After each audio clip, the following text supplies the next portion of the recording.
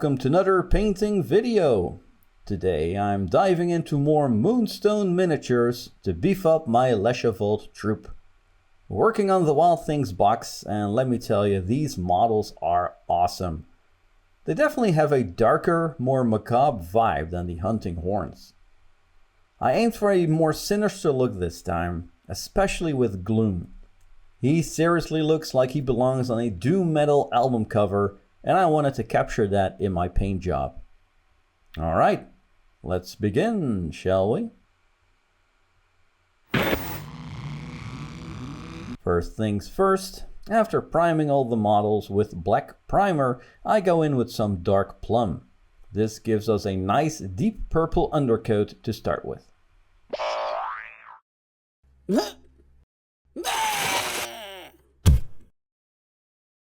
Next up, I do a zenithal highlight with dark ivory. I hold the model at an angle to make sure the purple stays in the recesses, giving us a nice gradient effect.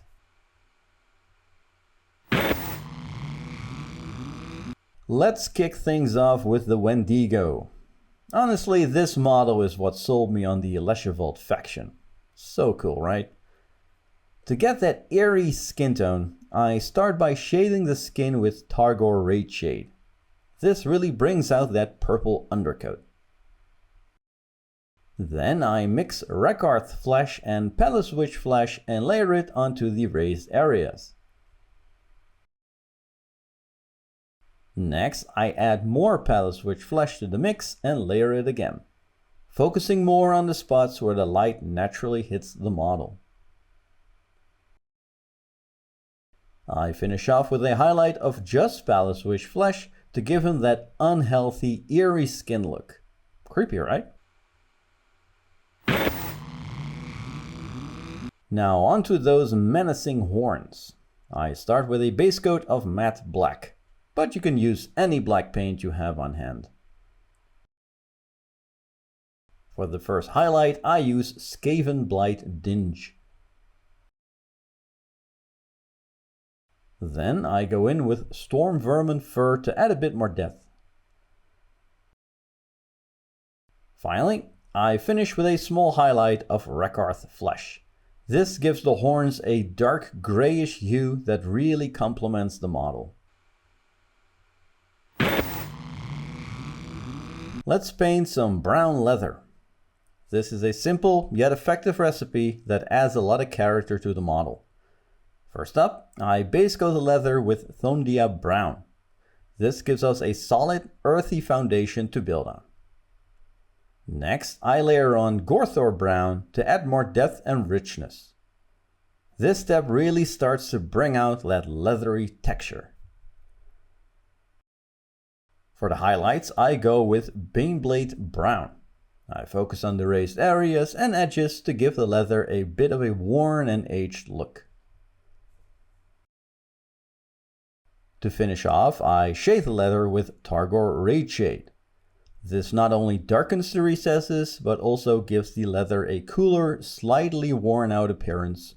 Perfect for that rugged, battle-worn vibe. Now let's get into some purple leather or cloth. This will add a nice touch of color to the model. I start by base coating with Nagaroth Night, a deep dark purple that sets the tone for a rich look. Then I layer on Zerus Purple. This step really starts to bring out the vibrancy in the fabric. To take it a step further, I layer again with Cultist Purple. This shade adds a bit of contrast, helping the fabric look a bit more dynamic and interesting. Finally, for the highlights, I use Slanesh Grey. I apply this to the edges and the raised areas, creating a soft, subtle shine that makes the fabric look rich and well worn. Moving on to the bindings on the model, I want these to have a more natural, earthy feel. I start with a base coat of XV88, which is a warm brown that gives us a nice foundation. Next, I layer on Cadian Stone. This step starts to lighten things up a bit and gives the bindings a more textured, realistic look. For the final highlight, I go with Ushabti Bone. I carefully apply this to the edges and raised areas, making the bindings look aged and a bit worn. It's a small detail, but it really adds a lot to the overall character of the model. Now for some fun details. Let's start with the leaves on his back. I want these to look dirty, almost like they're part of a forest floor in autumn. To get this effect, I begin with a coat of Lamium Medium. While that's still wet, I add a few spots of Yenden Yellow contrast paint. This creates a bit of a mottled, uneven look, like leaves starting to change color. While this is still wet, I add Militarum Green contrast paint, letting the colors flow into each other naturally. This technique gives the leaves a realistic, blended appearance, like they've been out of the elements for a while. Once that's dry, I dry brush ice yellow on the leaves to bring out the edges and add a bit of a highlight. This gives them a more natural, autumn-like look. For the little bird perched on his horns, I want to go with a striking color to make it stand out. I start with a base coat of Akhelian Green contrast paint. Then I add a highlight with Temple Guard Blue to bring out the feathers and give the bird some depth. Finally, I use Baharroth Blue for one last highlight, focusing on the edges to make the bird pop. It's a small detail, but it really adds a nice touch to the overall composition of the model.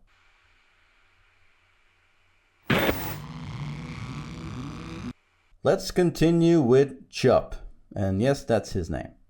I wanted him to have a different look compared to Mr. Toodles from the last video, who has a more rosy skin tone. This time I'm going for a more classical Caucasian skin tone using Citadel paints. First up, I base coat the skin with Bugman's Glow. This gives a nice warm foundation to start building on. Next, I layer on Cadian Fleshtone, making sure to leave some of that Bugman's Glow in the deepest recesses for natural shading. This helps create a bit of depth right from the start. Then I go in with Kislev Flesh for another layer. This time I focus on the raised areas, applying it in a slightly smaller layer so the previous color still shows through. For the highlights, I use Flayed One Flesh. I apply this sparingly to the highest points like the cheeks, nose and knuckles and make sure that the skin pops. To add a bit more life and variation to the skin, I use Berserker Bloodshade. I apply this in the recesses and in areas where the skin would naturally appear a bit redder, like the elbows, knuckles and around the nose. This gives Cherub's skin a more realistic and dynamic look. Now let's move on to the fur on his legs. I start by base coating the fur with matte black, but any black paint you have on hand will work just fine. Then I dry brush on Storm Vermin fur. This step adds some depth and texture to the fur, starting to bring out the details. Next, I go in with a dry brush of Ash Gray to add a lighter layer and making the fur look more natural. Finally, I use Sky Gray for a final dry brush to highlight the highest points. This really brings out the fur's texture, making it look more lifelike.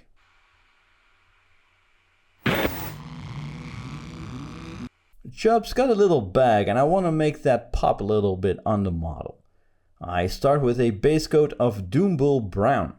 This gives a nice dark foundation with a hint of red in it.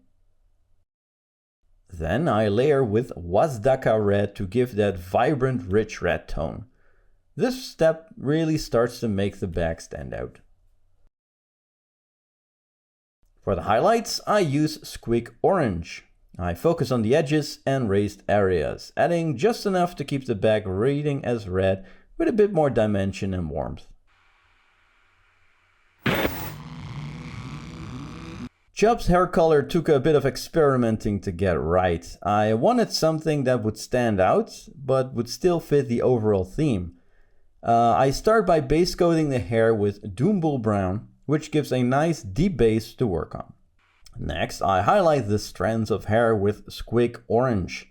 This step starts to introduce those vibrant ginger tones, making the hair look fiery and wild.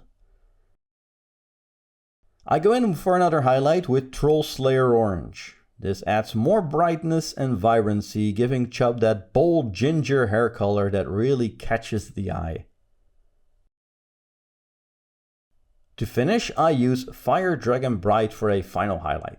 I apply this sparingly to the very tips and edges of the hair strands to add a touch of brightness and make the color really pop.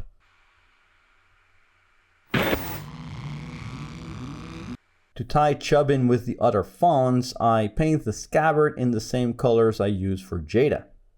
First, I base coat it with Deathworld Forest to create that deep natural green base. Then I layer on Deathguard Green to add some depth and variation, starting to bring out the texture on the leather. I add another layer of Ogren Camo, focusing on the raised areas to give the scabbard a more worn forest-like appearance. For the highlights, I use Creek Khaki. Applying it to the edges really make the green leather pop and giving it that natural earthy look. For the wood on his bow, I start with a base coat of Dryad Bark, which is a nice rich brown, perfect for wood textures. I highlight with Gorthor Brown, focusing on raised areas to add more depth and dimension. Finally, I add another highlight with Cadex Stone. This gives the wood a slightly weathered look, enhancing the texture and making it look more realistic. For Gloom, I wanted to do something a bit special. He's holding a lantern, so the plan is to have him shrouded in darkness with some cool object source lighting effect. To start, I make sure the entire model is base coated with Night Lord's Blue. This gives us a deep, dark base to work with. Next, I paint the skin with Archaic Turquoise. This color is perfect for giving this skin an eerie, spectral vibe. For the leather details, I use leather brown to add some contrast. I also paint some other parts that I want to appear darker using Tenebrous Gray. This sets the stage for our highlights, which we are going to do with one color to create a cohesive look. Now let's add some highlights to bring Gloom to life. For the dark blue parts, I start by layering with a mix of Night Lord's Blue and Blue Horror. This creates a subtle gradient that starts to define the shapes of the model. Then I highlight those areas again with the same mix, but with more Blue Horror added in. This gives us a cool glow effect almost. The skin gets a layer of Archaic Turquoise mixed with Blue Horror. I layer this on to start bringing out the details. I add even more Blue Horror to the mix and layer again, focusing on the areas where the light from the lantern would hit the skin. Because I want the skin to stand out a little bit more than the dirty rags he's wearing, I'm going to go with a stronger mix of 1 part Archaic Turquoise to 3 parts Blue Horror. This makes the skin really pop. For the leather, I mix a leather brown with Blue Horror and highlight the areas where the light would catch. I add a bit more Blue Horror to the mix for a second highlight, bringing out the texture of the leather. The darker parts are highlighted with a mix of Tenebrous Gray and Blue Horror. This helps to maintain that shadowy dark look while still giving us some definition. And finally, I add more Blue Horror for the last highlight.